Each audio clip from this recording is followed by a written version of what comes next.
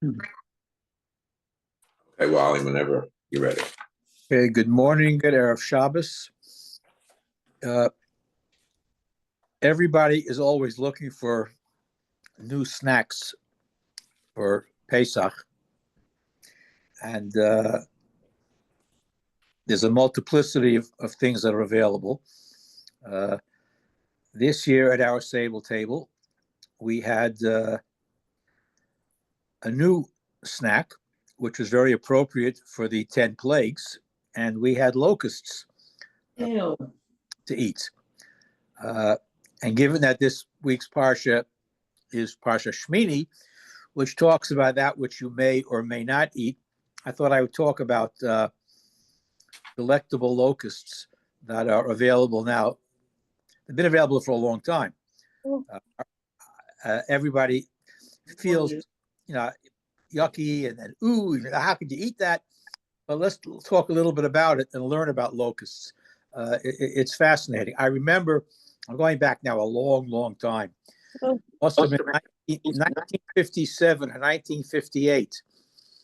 I was with a group of Syrian boys who offered me some chocolate-covered locusts as a snack. And we eat M&Ms; they eat chocolate-covered locusts. I didn't have it. I've never had it. Although I will say that my grandson Zev, who's with me this Shabbos, he ate the locusts. I don't think he liked it. It was kind of gross. But let's talk about locusts in terms of kashrus, Wally, of why it was permissible in the first place. There's a question already. Yes, Nathan. you eat them alive? No. You don't eat them alive. Although there is an interesting question among some poskim. How do you kill a locust in order to eat it? There's no shechita per se. Just step on it. Do you step on them? Do you boil them? There's all kinds of options. But people, the reaction that some of you have, shocked or disgust, is quite normal, I would think, for something that you're not used to. But we know in many places around the world, it's normal to eat all types of bugs and grubs and things of that sort. Now, we are told in the Chumash that we cannot eat insects and we cannot eat invertebrates.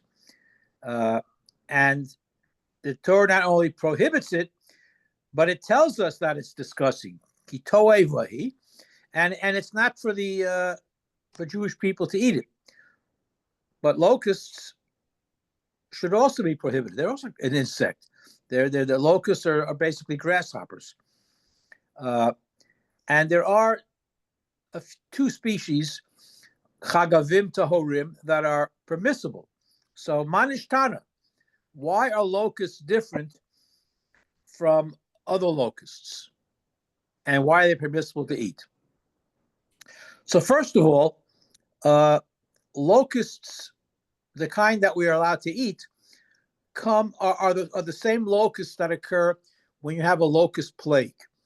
Now, it's very hard for us living in Fairland to imagine a locust plague. Although we had cicadas coming at one point that were considered like a plague, and they were everywhere. It's similar to a cicada plague, but much, much worse. The entire sky becomes blackened, and there are gazillions of these locusts that they descend on a country, either in Africa or the Middle East, and they eat everything in sight. And there's nothing left. People would starve if they couldn't eat the locusts that had the grain in them. You roasted them and you had something to eat. Otherwise, you would starve to death. And the play, National Geographic has a couple. If you can Google them, you can take a look on National Geographic website for what a locust plague looks like. It is frightening. The entire sky becomes blackened. Huge clouds of millions and millions and millions of these locusts, and they eat everything. So in order to survive, you have to eat the locusts, which is probably why the Torah allows it. Now, your initial disgust at these things, I would say, if I were a sociologist, I would say that our disgust at eating locusts is what we call culturally conditioned, because disgust is very subjective. It is based on many, many different factors, and there's a lot of cultural factors. For example, let's look at some of our delicacies that we enjoy eating, which other cultures would consider disgusting. Pcha. Pcha is calf's foot jelly, Yep. which some people say is yuck. How could somebody eat that? Fisalach, chicken feet. My mother used to put chicken feet in the soup, and it was delicious. It gave the strong chicken. Today, you can't buy chicken feet. Gribbonis, which is basically fried. If you take the skin of a chicken and you fry it in schmaltz, it's delectable. It's equivalent to eating pork rinds, I would imagine. But some people look at it and say, aside from being a cholesterol nightmare, it's disgusting. If you ever saw a cow's tongue before it's sliced, it looks like a tongue. How do you eat another animal's tongue? A delicacy is sweetbreads, which are pancreas glands. What was that with sweetbreads?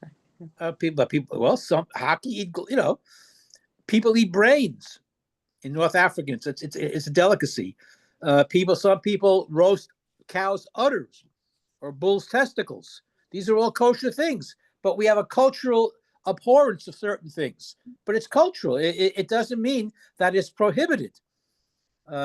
So if we can understand why the Torah allows you to eat locusts, where the locusts are life-threatening, and people can save their lives literally by eating the locusts and the grain inside. And the locusts themselves are a source of nutrition. It's all protein.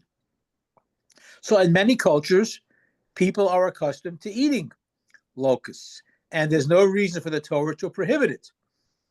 Now, again, if you are a futurist and you look at how the population of the world is growing, and as population increases, insects may become a popular dietary option because there's the shortage of food in some places. It's a great source of nutrition. They're economically friendly, if I can use that expression. They convert plant matter into protein much more efficiently than cattle or fowl, and they use fewer resources. And locust farming has a very small impact on the environment as opposed to cows or chickens. And there's a push, I'm told, in certain places for people to eat bugs. No shechita is required. Again, some rabbis allow you to eat them while they're still alive. But you could freeze them. Oh, please. So that's a painless way. And they're quite tasty, I'm told. If you have where is it? In Yerushalayim, there's a restaurant called Eucalyptus. Very fine restaurant. I encourage you to go there. The chef there, Moshe Bassan, he specialized in reviving ancient biblical foods. It's a great restaurant. And he recommends eating locusts in a crunchy way. Aye. He says boil them in broth, clean them off, and roll them in a mixture of flour, coriander seeds, garlic, and chili powder, and then deep fry them. And I forget what he charges for them, but they're supposed to be quite tasty. I have not yet come to that level where I could eat them, but I'm told, and it's becoming much more popular. The tradition exists in Sephardic countries to eat locusts. It always has. Morocco, Algeria, Yemen, Syria, because they experience locust plagues on a regular basis. And they continued to eat these things throughout the Middle Ages and beyond. And when Jews from all over the world started coming back to Israel, they continued this tradition and ate the locusts, which occasionally plagued Eretz Yisrael as well. The Ashkenazic Jews generally do not eat locusts because you didn't have locust plagues in Europe. There's no tradition opposing the consumption of locusts, and you're allowed to eat it even if you're not a Sephardi. There's no Isur. It just practically speaking, they didn't have locust plagues in Europe. You're not going to find it on too many grocery store shelves where you could buy them. I will recommend a very high recommendation. The next time you're in Israel, visit the Biblical Museum of Natural History in Beit Shemesh. It's a wonderful, wonderful place. It's got all types of exhibits there. It's a great place to go. Rabbi Slifkin writes about, he's known as the zoo rabbi, all kinds of animals, kosher and otherwise. There are live exhibits there. There's taxidermy exhibits. And he sells in the gift shop locusts. You can buy them. You can order them online from the Biblical Museum of Natural History. You could, if you go to the museum, you can see the largest kosher animal in the world, which is a giraffe. Now, I don't know of anybody who eats giraffe meat, probably because we don't know exactly where to shech the giraffe. It's got a very, very long neck. So I'm not sure exactly where you'd go to shech the giraffe, but a giraffe is a kosher animal. I have never seen giraffe meat for sale anywhere, but if you could find a reliable halachic source for how to shech the giraffe, there's no isur against eating it. There are today, I don't know how many thousands of species of locusts. Locusts are essentially a grasshopper. And there are really, I guess there are, according to this, there are 10,000 species of grasshoppers. Only a few dozen are considered locusts, which means locusts are essentially grasshoppers that form swarms that attack crops. And of the few dozen species of locusts, only 4 of those species occur in what we call biblical lands in the Middle East. And the most common swarming locusts is the desert locust or the migratory locust. You also have Egyptian locusts and Moroccan locusts, which come in as well. So those are basically 4 types of locusts that are raised for eating. And I say you can buy them, you can order them online. It's a great source of protein. And we should try to overcome our cultural biases. As I said, today, it's very hard, unless you have a connection to a shochet, or the Board of Health doesn't allow it anymore, to buy chicken feet. But chicken feet give tremendous flavor to chicken soup, if you can find it. People in certain communities still eat pickled calves' feet, cha.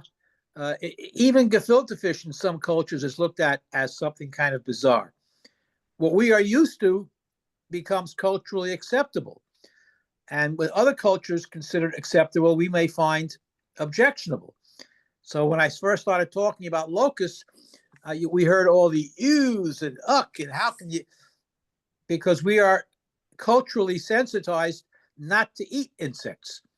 Yet there are cultures that can eat insects without any problem. And again, bear in mind, when a locust plague comes, and I urge you to watch those National Geographic specials, they strip the entire field.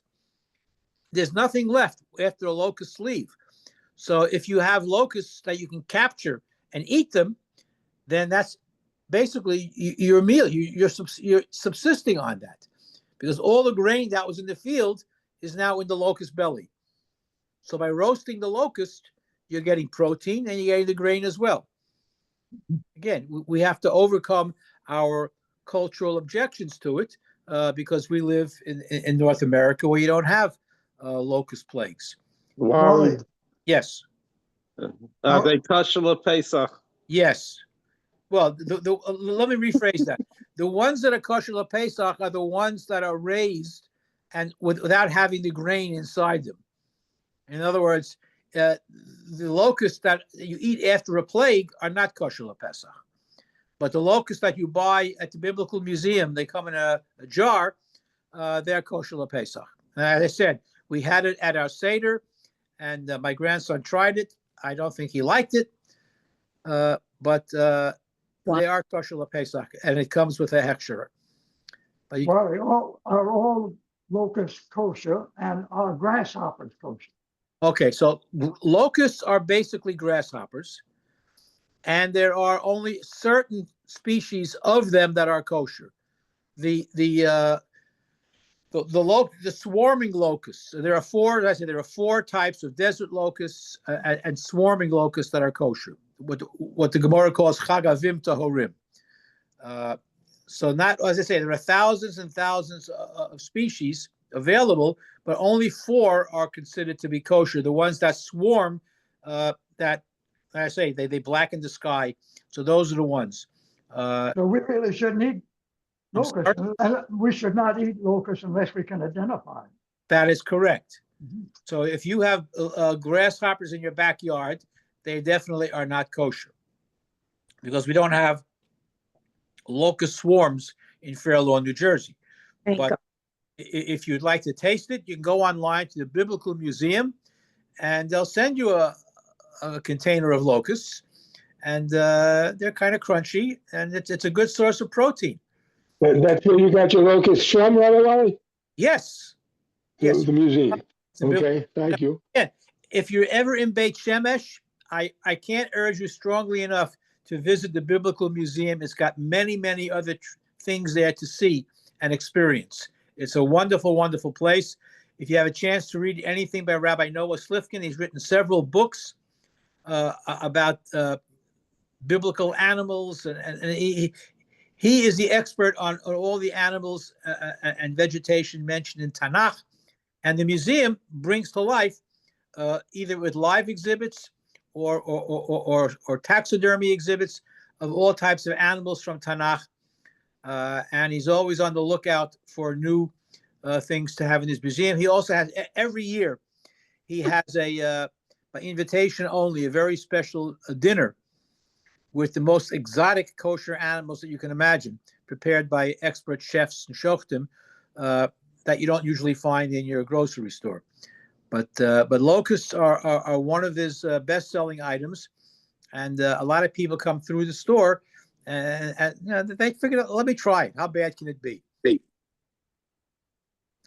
So given that we're going to be reading Parshat Shmini about all these kosher things, you know, we talk about, you know, animals that chew their cud and have split hoofs, and our diet is pretty simple. We'll have fish and fowl. There are some machlokim about certain species of fish that might lose their scales or have immature scales, and this is the subject of the rabbinic debate. But insects generally are prohibited. The only exception are locusts, which are essentially a species of grasshoppers, and you had to eat to survive. Otherwise, and somehow, in its brilliance and wisdom, the Torah understood that. And when the Torah was given to Bnei Israel, this was the one exception to all the insects that are considered to be detestable. Shekets, it's disgusting. But in order to survive, the Torah allows you to eat the grasshoppers or the locusts that decimated your farmlands after, and then the plague of locusts is literally a plague, not just in Egypt, but in any of the Middle Eastern countries. When they come, there is a swarm, and they eat everything in sight, literally everything in sight. So when you catch a bunch of locusts and you roast them on a fire and you eat them, and barbecued locusts, that's your meal. And why were they able to catch the locusts? It's very simple. Because they ate so much, they were too heavy to fly away. And they would flop around on the ground. So you just scoop them up. It's pure physics. The locusts come and they eat everything. But when you eat everything and you fill it up, it's too heavy for their very thin bodies to fly. They're just lying on the ground. Sounds like some Jews I know. Well, all right, I won't go there. Okay, I just thought I would share this. It's a giving Parshat Shmini, given the just finishing Pesach, and having had locusts on my Seder table, I thought it interesting to share that. I urge you to look into it. Go to their website, visit them in Beit Shemesh, and if you want to try something different, have a locust. Any questions, comments, reactions? Terrific. Have a wonderful Shabbos. Read all about what you may or may not eat. Insulated bag with ice and everything else. And Good Shabbos. Good Shabbos. consider a locust dessert. No, but good Shabbos. Shabbos, Shabbos. Have a Shabbos, good thank you. Good Shabbos. Shabbos.